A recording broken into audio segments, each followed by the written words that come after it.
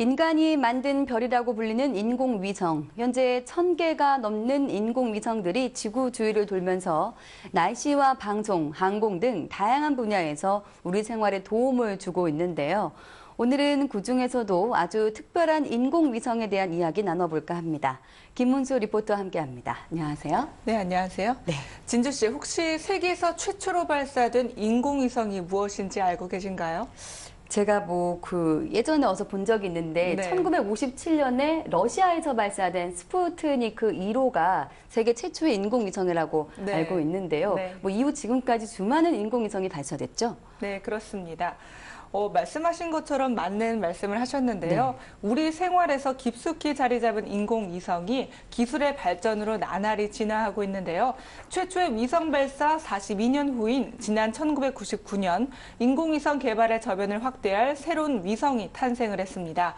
바로 손바닥 크기의 초소형 위성은 큐브 위성인데요.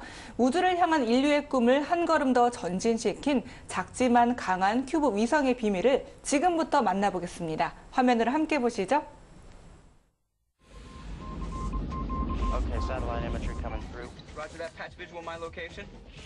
지구와 같은 행성의 둘레를 돌 수 있도록 로켓을 이용해 쏘아 올린 인공장치인 인공위성. 자동차나 기차, 고속 항공기 등의 위치를 파악하고 사람들이 접근할 수 없는 지역에 대한 탐사를 가능케 하는 등 인공위성은 점차 다양한 분야에서 활용되고 있는데요.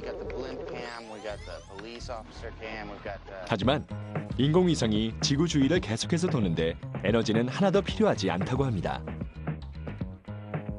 높은 곳에서 물체를 놓으면 보통 1초에 5m씩 바닥으로 떨어지지만 처음에 1초당 5m씩 멀어지는 속도로 던진다면 지구에 당기는 힘과 맞물려 떨어지지도 멀어지지도 않기 때문입니다.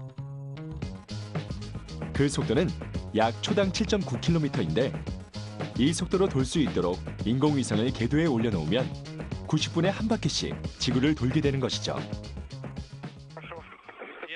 위성은 무게 500kg 이하일 때 소형 위성으로 분류되고 이 중에서도 20kg 이하인 가벼운 위성을 초소형 위성이라 부르는데요. 초소형 위성은 다시 나노 위성과 피코 위성으로 나누어지며 큐브 위성은 바로 이 나노 위성의 표준입니다. 가로와 세로의 길이가 약 10cm 내외이며 무게는 약 1kg 정도로 손바닥 위에 올라가는 초소형 위성인 큐브 위성.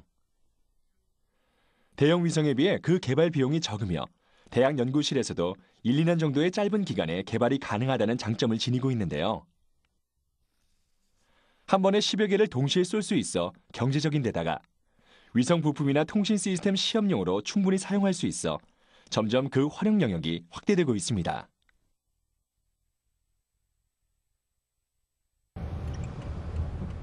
저변 확대와 소형화 기술의 발전으로 나날이 진화하는 큐브 위성. 미 항공우주국 나사도 2006년에 개발한 큐브 위성으로 첫 대장균 실험을 한 이후 우주 과학 실험에 이를 이용하고 있는데요.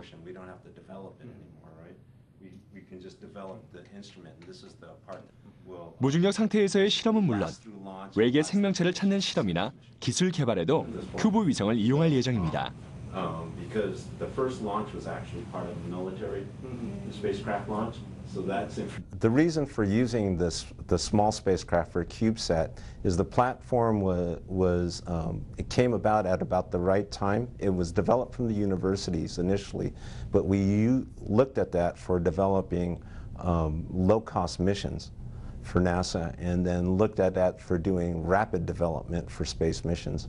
And so when we looked at that, that was another low-cost way to develop access to space for our sciences and for developing technology for future missions.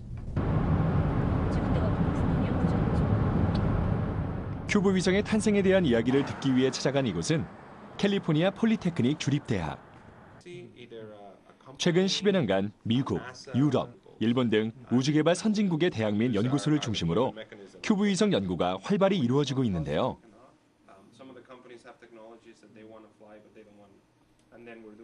세계 최초로 큐브 위성을 고안한 미국은 현재도 그 연구에 최첨단을 달리고 있습니다. 큐브 위성의 개념을 탄생시킨 곳이자 세계에서 가장 활발한 연구가 이루어지는 이곳에서 그 창시자 중 한 명인 조르디 푸익수아리 교수를 만날 수 있었는데요.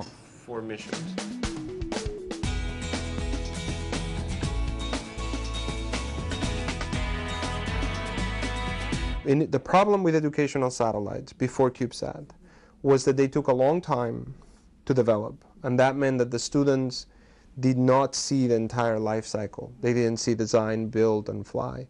So Bob Twiggs at Stanford and myself decided that we needed a faster, cheaper way of doing student satellites. 큐브 위성이 개발되기 전 인공위성 교육은 이론으로 이루어졌습니다. 하지만 이론으로 위성에 대해 가르치는 것은 한계가 있었죠. 이에 미국 스탠퍼드 대학의 트윅스 교수와 캘리포니아 폴리테크닉 대학의 푸익수아리 교수는 새로운 위성 개발을 시작했습니다. And so at the time, 10 years ago, we decided that a 10-centimeter cube would be sufficient to do a Sputnik. Just have a radio, some solar panels, and communicate with the ground. And then we wanted to have the universities work together, so we decided that a standard would be a good thing, so that everybody was working on the same problem. 큐브 위성 설계에 성공한 푸익수아리 교수는 위성을 정기적으로 발사하는 세 개의 기관을 찾아가 가급적 많은 큐브 위성을 발사할 방법을 모색합니다. 결국 둘의 노력은 결실을 맺었고 큐브 위성은 세계로 퍼져 현재까지 약 50여 대의 큐브 위성이 발사되었습니다. The thing we didn't expect is that the students very rapidly introduced high-end electronic systems from commercial components into their spacecraft. And what that did is allow them to make very small satellite systems with very high performance. 학생들에게 새로운 위성을 접할 기회를 선사한 푸익수아리 교수.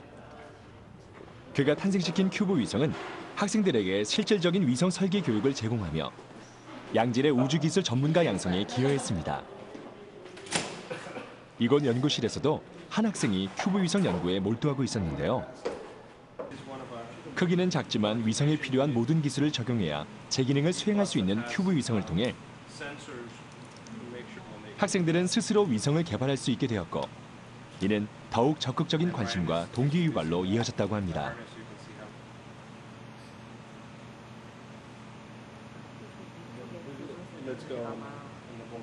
Yeah, the CubeSat in education is a great experience, at least for me as a student. I was able to go through the whole design process and then as well as the build and flight process for the Peapod and CubeSats. So it's been a great experience and very hands-on, being able to take what I've been learning in the classroom and then expand on that to real-life work. 벨기에의 명문 대학인 리에주 대학에서도 큐브 위성 연구가 활발히 이루어지고 있습니다. 리에주 대학의 큐브 위성 프로젝트는 지난 2007년 처음으로 시작되었는데요. 현재는 대부분의 준비를 마친 상태로 2013년 여름 발사를 위해 협상을 진행 중이라고 합니다.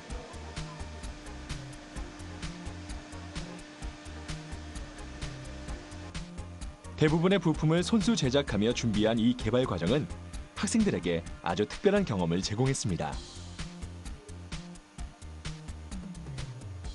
Students are quite excited about CubeSat because at least they have the chance to apply their knowledge to a real structure, and so it provides them with hands-on experience, as it is called, and work on the basic idea and maybe have the chance to see your idea on orbit after 3 or 4 years. So that's quite unique with CubeSat compared to a longer space project which might take up to 10 to 15 years.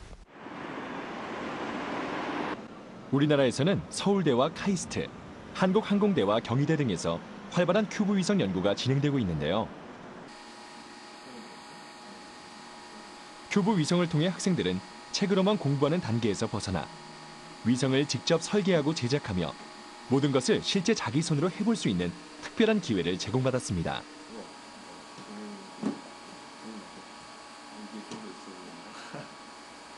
기본 위성이라고 하면은 되게 몇 톤급의 되게 큰 위성이잖아요.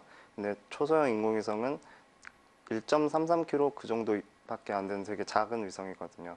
그래서 어떻게 생각해 보면은 별로 기능이 크지 않겠다 이런 생각이 들 수도 있는데 그 작기 때문에 여러 개를 쓸 수 있고 저비용이고 그렇기 때문에 가질 수 있는 여러 가치가 있어요. 예를 들자면 이렇게 저희 같은 학생도 물론 연구를 할 수 있다는 그런 장점도 있고 이렇듯 큐브 위성 열풍이 일어나며 우주에 관심 있는 사람이라면 누구나 직접 위성을 만들고 쏘아볼 수 있는 기회들도 마련되고 있는데요.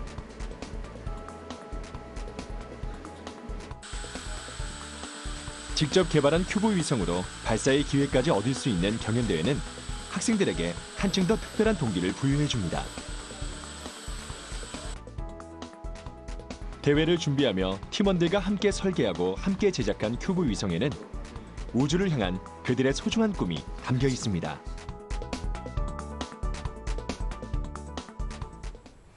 네, 학생들에게 이 배움의 기회를 주고 싶었던 교수님의 사랑이 결국 큐브 위성을 탄생시켰던 거군요. 네, 그렇습니다. 큐브 위성은 기존 위성보다 작기 때문에 비용이 적게 들고 개발 기간도 짧다는 장점도 있지만요.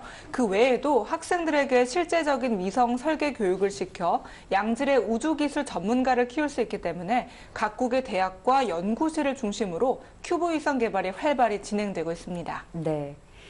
학생들이 설계부터 제작까지 자신의 손으로 경험할 수 있기 때문에 아주 특별한 경험이 될 것 같은데요. 네. 이 각국의 학생들이 만들어갈 큐브 위성의 미래, 앞으로 기대해 보겠습니다. 오늘 큐브 위성에 대해서 알아봤습니다. 김은수 리포터 수고하셨습니다. 네, 고맙습니다.